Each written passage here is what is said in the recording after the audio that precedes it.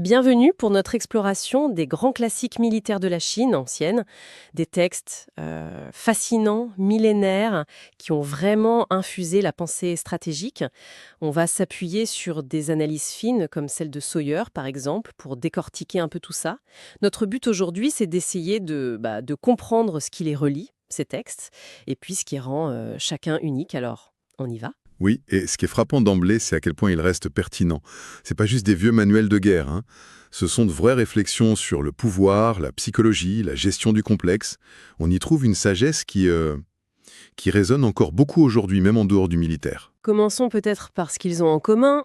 Il y a une base, j'ai l'impression. Au cœur de tout, il y a cette idée de connaissance, non? Connaissance de l'adversaire, bien sûr, du terrain, des conditions, mais aussi, et peut-être surtout, connaissance de soi. Exactement, c'est le point de départ. Sun Tzu le martèle, connais l'autre et connais-toi toi-même. Et ta victoire ne sera jamais mise en danger.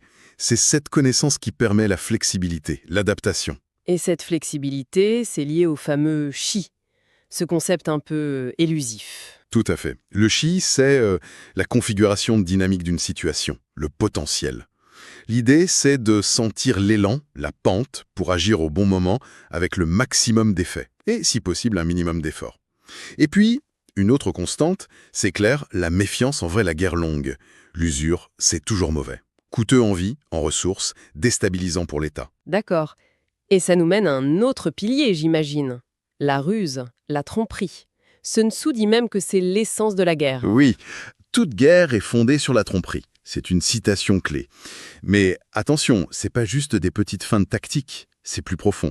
Il s'agit de modeler la perception de l'ennemi, de jouer avec ses attentes, ses peurs. C'est lié à la maîtrise du chi. Le chi, le souffle vital, le moral, c'est ça? C'est ça. L'énergie psychologique collective.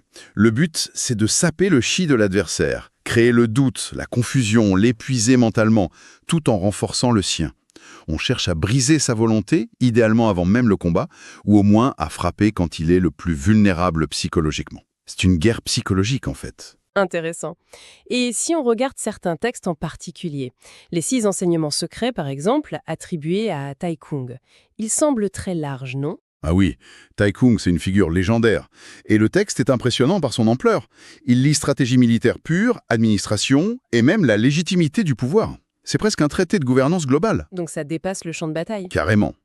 Plus tard, Sun Pin, qui serait un descendant de Sun Tzu, avec ses méthodes militaires, on sent qu'il développe des aspects plus tactiques, plus intégrés.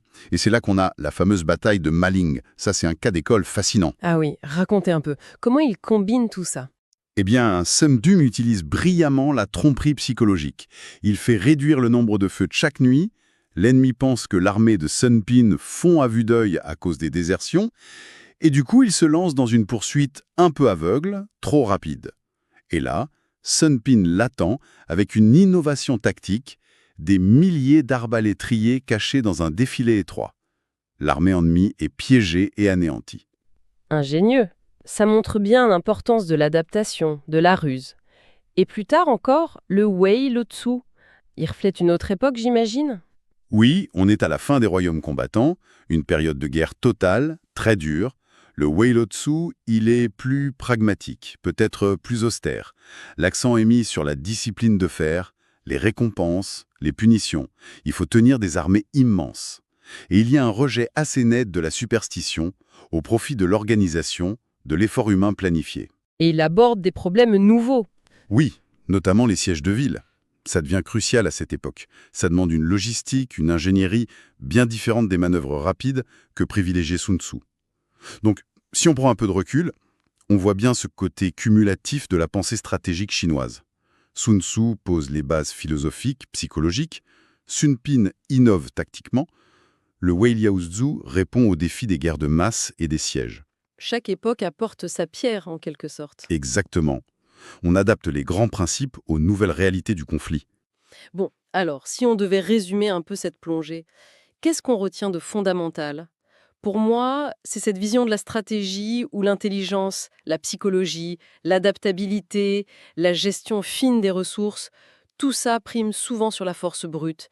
La plus belle victoire, c'est celle qu'on obtient sans combattre, ou par la ruse. Tout à fait. C'est une pensée d'une richesse et d'une complexité incroyable, et ça nous laisse peut-être avec une question pour aller plus loin.